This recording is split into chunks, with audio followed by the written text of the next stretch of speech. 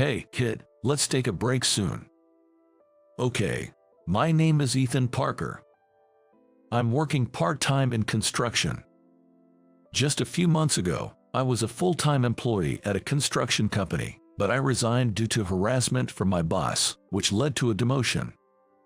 My sales performance at the company was pretty good, though. Come on, if you don't hurry, the heat will get to you. Okay. I run to the office, following the words of my senior, Ken. There's a cafeteria in the office, and that's where we eat our meals. Delicious. Sandwich here tastes amazing after working up a sweat, and the fried chicken is the best. Right, that's the real pleasure of this job. This kind of thing was impossible when I was working at my previous company. If I ate at my desk, I'd be continuously insulted by the department head, Jack Bennett, saying, "A lowlife who can't even raise his sales figures has no right to eat." I hated it, and when I went out for a meal before returning to the company during outside sales, I'd be reprimanded for having the luxury of eating out on a sales visit. And if I tried to get by on nutritional supplements for lunch, can you get enough nutrients from that? That's why you can't bring in any work. Are you so poor that you can't afford a proper meal? I would be yelled at. When the entire sales department's performance was poor, the boss's mood would sour, and I'd be worn out from the constant sarcasm. Eventually, I was blamed for Jack's mistake, resulting in a demotion and a significant pay cut. At the new position, the work was all clerical, which didn't suit me after years of field work. I get so fed up with the tedious paperwork that I decided to resign. To make ends meet, I've been working part-time in construction. Look at you, hustling hard today too. Here's a bonus for ya. Thank you. Ken, my senior colleague, hands me a sports drink. Back when I was stuck at the old company, I never came across this kind of kindness. Compared to those hellish days, this feels like heaven. Plus, construction work is physically demanding, but the pay isn't too shabby. Huh? Got a call from my dad. I frown as I check the missed calls on my cell phone. It's from my dad again. What, again? Your dad sure calls a lot. You guys close or something? Well, it's not really like that. I'm sure it's about that same old thing again. After work, I press the button on my cell phone. Hello, Dad, what's up? It's about the arranged meeting again, isn't it? That's right. Please, they're keen on having you as a son-in-law. You know, Dad, I'm a part-timer now. How am I supposed to get married in this situation? I've told them that, and they're willing to offer you a job for your sake. Please, help out with the family business. Dad pleads with tears in his voice on the other end. He runs a civil engineering business back in our hometown. Someone from his client's side insists on setting up a meeting with their daughter and me. Seriously, what's with these arranged marriages like some political strategy in this day and age? No, the daughter is quite eager. She saw your picture and wants to meet you. What? When did you send my picture to them? Just a little one from your coming-of-age ceremony. Come on, that's an old picture. Cut it out, will you? While I retort to my dad, I can't help but feel a slight interest in the daughter. The fact that she wants to meet me after seeing such an old picture means she must have taken a liking to me on some level, which isn't a bad feeling. All right, if she's saying that, I'll meet her once. Oh, is that so? Thank you. Why is this old man so lighthearted? And so, I ended up agreeing to meet this lady for an arranged date. I never imagined that I would encounter what happened at that meeting. My match, Elizabeth Bennett, was a beautiful woman. With her shiny long black hair, clear beautiful skin, curled lashes, and big eyes, she was quite striking. I was smitten with her the moment I saw her photo. Is this what they call love at first sight? I thought it would be nice if I could marry her. But there was one thing that concerned me. What? Her dad works at the company I used to work for, in Bennett. I had a bad feeling. No way. I dismissed the thought and went to the meeting. And my bad feeling was confirmed. Hey there, looking good. Shocked over here. Never thought my daughter would fancy a guy like you. She insisted, so I went along with it. Thought she'd cool off after meeting you. There I was, face to face with Jack, my former boss from the old company, someone I thought I'd never see again. And at this arranged date, I was reunited with Jack. I had this nagging feeling, but yes, he was Elizabeth's father. Why would the man who had been harassing me choose me as a suitor for his daughter? My dad stood there, looking confused and lost. Elizabeth, I agreed to this meeting because you insisted, but what do you see in this guy? Oh Dad, you were thrilled about the prospect of a strong connection with a business partner. Wouldn't it be all good if I married Ethan? I chuckled as she smiled cunningly. Could it be that she pushed for this meeting just to harass me? No, that couldn't be. She wouldn't go through all this trouble just for that. After all, I had no prior acquaintance with Elizabeth. So why did she want to meet me? My head was full of questions. Perhaps we should leave it to the young ones, said her father with a smile. I glanced at Elizabeth, who just beamed back with a smile. Once our parents left the room, we started chatting, getting to know each other. Feeling more at ease, I decided to ask her something that had been on my mind. Have we met before by any chance? Ah, you really don't remember, do you? Her expression turned sad, and then she said, I knew about the harassment my father subjected you to. That's why I agreed to this meeting, to trouble my good-for-nothing father. It was selfish of me, and I apologize for the inconvenience. She bowed her head apologetically. And we have met before. You may have forgotten, but I remember our first meeting very well. She shared this story. When she was still in college, she was once harassed by a pervert on the train during her commute. It was me who helped her out at that time.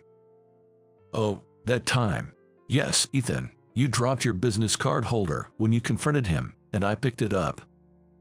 And you brought it back to the company later, right? Yes. That's when I realized you worked at an affiliate of my father's company. Jack wasn't my boss at the time. He had been seconded from another company in the group. I always wanted to meet you after I graduated, and if I were to marry, it was going to be you. Then my father was seconded to your company, and I just had to see you again. I asked my father for this arranged meeting. He seemed not to think much of you and was reluctant. When I heard you had resigned, I panicked. I begged my father over and over until he finally agreed. But how did you know about the harassment? My father often spoke ill of you at home. Looking at her embarrassed face, I started to feel awkward.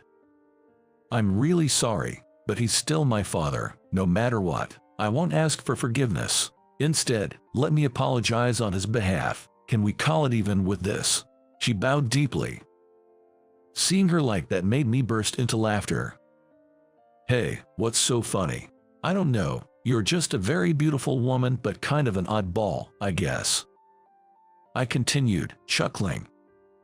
I haven't forgiven your dad, but I'm not planning anything against him. Besides, he's now the father of my potential future wife. That's a relief. A look of relief spread across her face with a warm smile. And then she said to me, Hey, we can start dating, right? I wonder about that. Dating the daughter of a boss who harassed me would certainly take some guts. Especially since Jack might do something to me again. Don't worry, my dad's a softie when it comes to me. I'm sure he won't do anything anymore. Watching her say that with a laugh, I thought to myself, she really is an interesting girl. Jack was still a concern. But I was irresistibly drawn to Elizabeth. Please, let's start dating. I bowed deeply to her. I look forward to it. She bowed back. After that, we went on a few dates, and as expected, she was indeed a bit quirky, but I always had fun when I was with her. Then one day, it happened while we were eating at a restaurant. This place is great, isn't it? The menu's so diverse, and all the desserts look delicious. Watching her smile as she ate her pasta, I thought she was adorable. She was good at accommodating others. She'd pick places I wanted to go, and for meals, she'd choose casual restaurants that weren't fancy, considerate of my part-time job earnings. Familiar and comfortable spots. Of course, we split the bill, each paying for our own share. I plan to keep working even after I get married. Please understand, she said, smiling brightly. Well, these days, no one expects their wife to quit her job and stay home, I thought.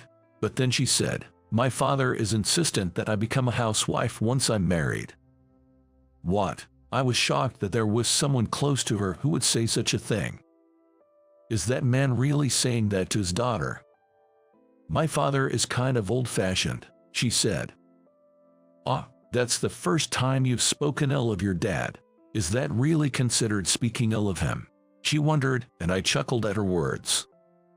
Sure, Jack had given me a hard time, but I had never badmouthed him.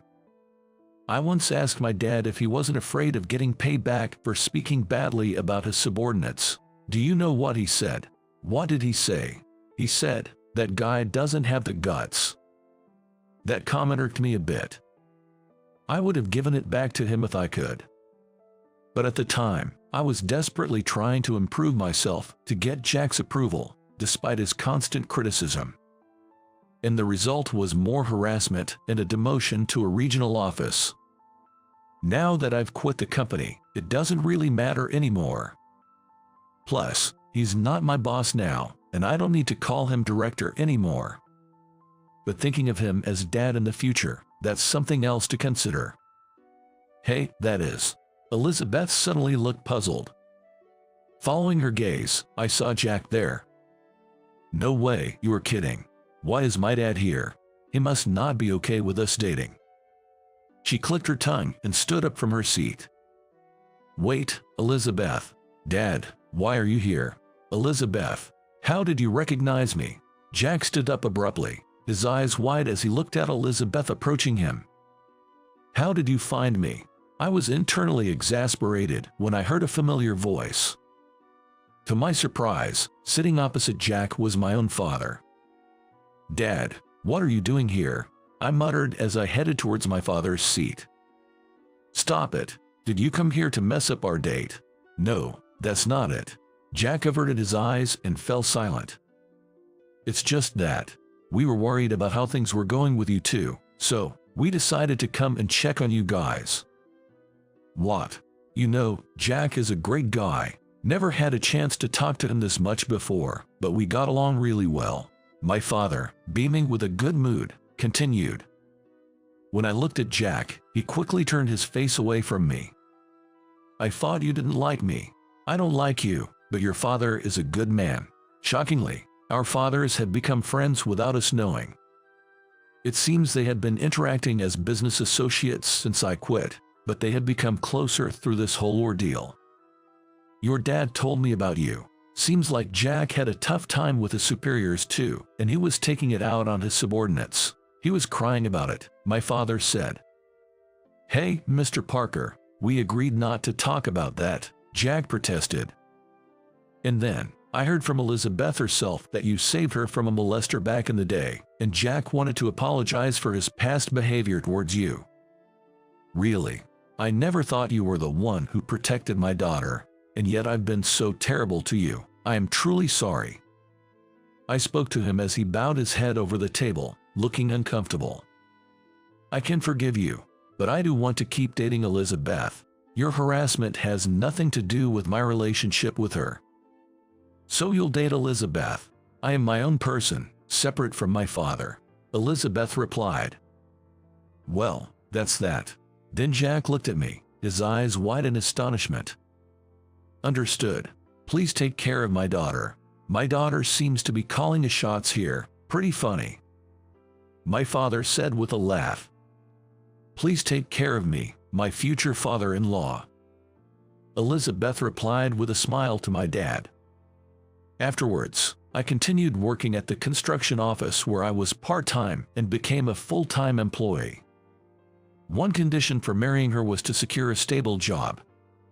When I asked the company's CEO to hire me as a full-time employee, he happily accepted my request. You've been a hard worker, so I'm expecting great things from you. Yes. Thank you so much. The CEO mentioned how hard it is to find young workers willing to take on tough construction work due to the labor shortage caused by an aging population and declining birth rates. So, my offer was something he was more than happy to accept. I'm looking forward to our future together.